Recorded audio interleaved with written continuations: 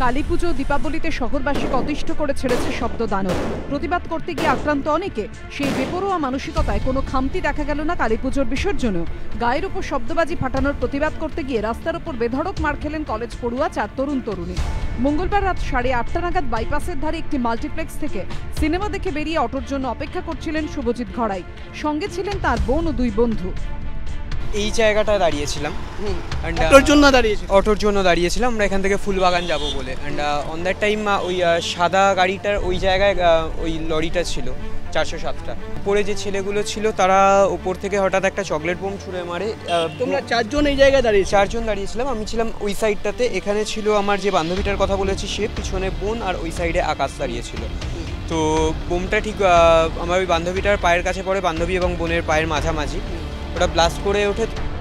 মত্ত ক্লাব সদস্যদের এই আচরণের তীব্র প্রতিবাদ করেন শুভজিৎ ও তার বন্ধু।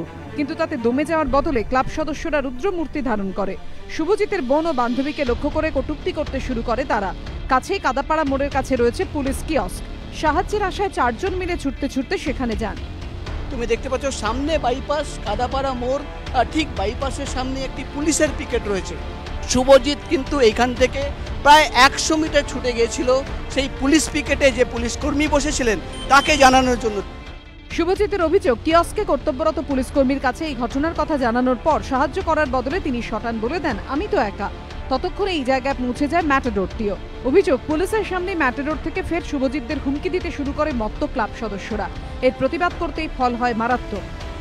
তোমাদের 4 জনকে রাস্তায় ফেলে মারধর করলো পুলিশের সামনে। এক্স্যাক্টলি, পুরো ঘটনাটা পুলিশের সামনেই ঘটে। এবং যিনি ছিলেন ওখানে সেই সময়, ওনার সাথে সাথে আরেকজন সার্জেন্টও এসে পড়েন সেই সময়ের মধ্যে। এবং সার্জেন্ট আসার পরেই কিন্তু মারধরটা পুরোটা। মানে 2 জন পুলিশ কর্মীরা ছিল, একজন সার্জেন্ট আর একজন যিনি পিকেটে বসেছিলেন। তাদের মধ্যে কি একজনও বাঁচাতে আসেননি? না, তাদের মধ্যে বাঁচাতে কেউ আসেননি। মারের চোটে শুভজিতের মাথা ফেটেছে, চোখে আঘাত লেগেছে। শুভজিতের বোন তাকে বাঁচাতে গেলে মত্ত যুবকরা তাকেও চড়থাপ্পড় মারে। চিৎকার চেঁচামেচি শুনে সেখানে আসেন এক সার্জেন্ট, তবে তিনিও মারমুখী যুবকদের আটকাননি বলে অভিযোগ। পুলিশ কিয়স্কে কোনো সাহায্য মিলবে না বুঝে ক্লাব সদস্যরা চলে যাওয়ার পর শুভজিৎরা আহত অবস্থাতেই ফুলবাগান থানায় যান অভিযোগ জানাতে। কিন্তু ভর সন্ধ্যায় শহরের বুকে এমন ঘটনার পর কিছুতেই পিছু ছাড়ছে না আতঙ্ক। প্রকাশ সিনহা, সুভাষ বৈদ্যের রিপোর্ট, এবিপি আনন্দ, কলকাতা।